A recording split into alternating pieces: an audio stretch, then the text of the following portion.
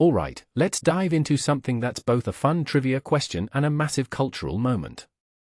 Here's the setup. What song was number 1 when Nirvana released Nevermind in 1991? Sounds simple, right?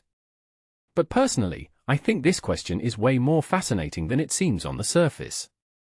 It's not just about chart positions, it's about the clash of eras, the battle between commercialism and authenticity, and how one album flipped the entire music industry on its head. So, let's break this down.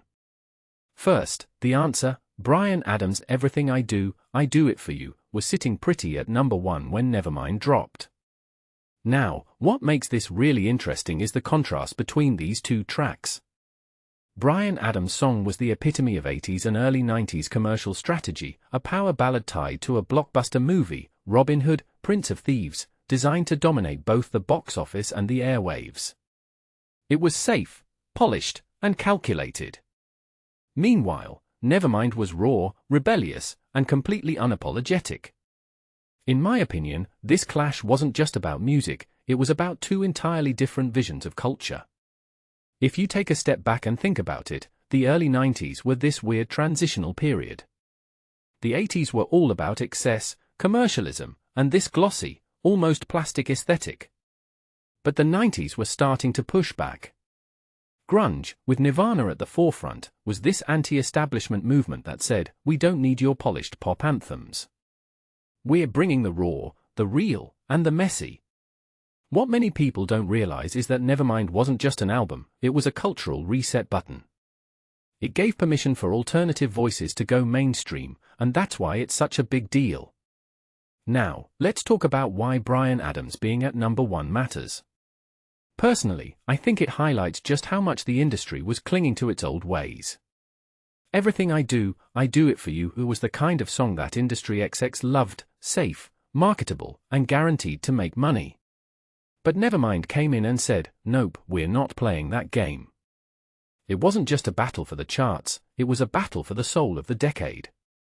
And while Bryan Adams' song continued to do well, Nevermind set a precedent that alternative music wasn't just a niche, it was here to stay.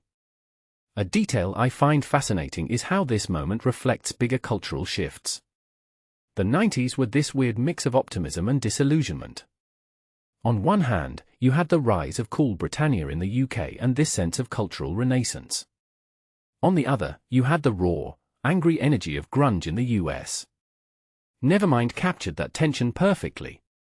It wasn't just an album, it was a statement. What this really suggests is that music isn't just entertainment, it's a mirror of the times, reflecting our hopes, frustrations, and desires. This raises a deeper question: what would have happened if Nevermind hadn't come along? Would bands like Green Day, Radiohead, or Blur have had the same impact? Personally, I think they would have found their way eventually, but Nevermind accelerated everything. It made it okay to be angry, to be different, to challenge the status quo. And that's why this moment, Bryan Adams at number 1, Nirvana waiting in the wings, is so iconic. It's the perfect snapshot of a cultural turning point. So, here's my closing thought: music charts aren't just lists of popular songs, they're battlegrounds where ideas and values collide. Bryan Adams' song represented one era, and Nirvana represented the next. And while both songs were massive in their own right, Nevermind changed the rules of the game. It reminded us that sometimes, the most important moments in culture aren't the ones that fit neatly into the system, they're the ones that break it. So, next time you hear "It Smells Like Teen Spirit," remember, it wasn't just a song. It was a revolution. What do you think? Let me know in the comments, I'd love to hear your take on this.